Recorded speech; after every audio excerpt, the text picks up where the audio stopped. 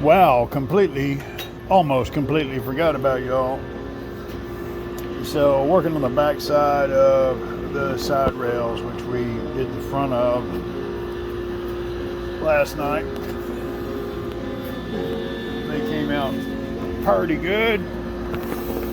Now we're doing the same thing with the back.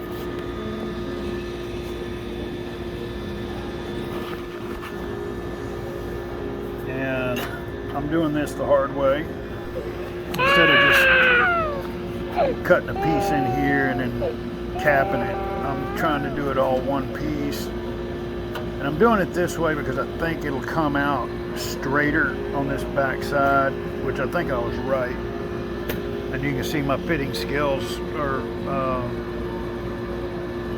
really needed some improvement, but a little bit of that's got to be with the amount of kind of tool I got to cut. You know, it's all kind of by hand and eye, and, you know, but the beautiful part is I've got some filler I can put in here with that machine. So let me get after the filler install and we'll get back with y'all here in a bit. Well, my biggest snafu so far, I put this on here. I don't know how it happened, but this and this is higher than this one. So this one here was sitting a little lower. The problem is when you flip it over, same thing.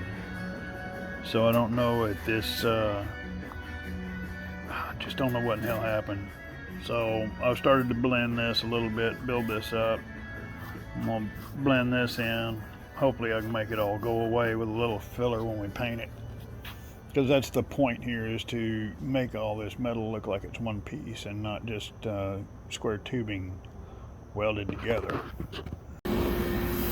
All right, got these knocked out. One day, if I could be 1% as good as Mark Scrap Daddy Bradford. If you don't know that guy's name, you must go and look him up. He is an artist here in Houston, and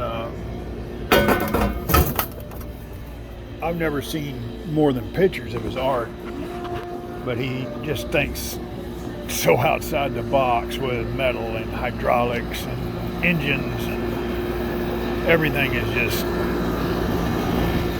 over the top and big and loud and nasty and unapologetic, you know. So, and I am struggling trying to figure out some of these metalworking skills, because I never read a book, never went to a class. I'm just kind of trying to figure this out. You know, you go to the store, you buy tools and figure this crap out, right? Okay, so we got that done. Next, we either build a stand/cutting table for the Bauer bandsaw, or we can build the half of a hexagon front grill for the cart. So the question is now, do we want it almost as wide as the cart so it breaks the front end up in 3 pieces? So you got a hexagon there in the center, or half a hexagon, and then you see the fender and the fender. Or do we want the fenders to disappear behind the half of a hexagon?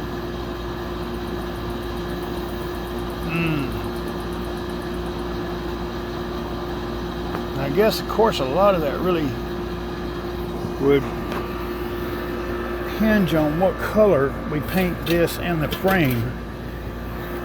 I plan on framing this with a 1/4 square tubing.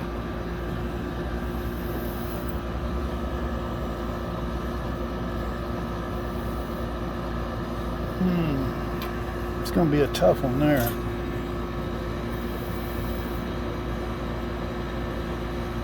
I'm going to have to black this out because those round edges take away from my angular look I'm trying to go for.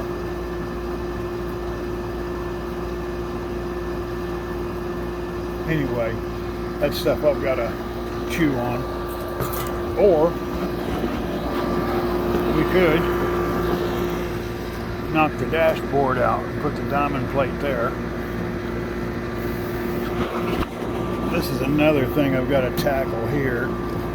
This here I can't do unless I've got people with me. We've got to do a lot of holding and tacking and figuring. We don't even know. I guarantee you it's going to be an argument though. I'm going to want it raked a lot lower in the front, and everybody else is going to want to make it a bunch more flat. And I'm going to win that argument, I promise you.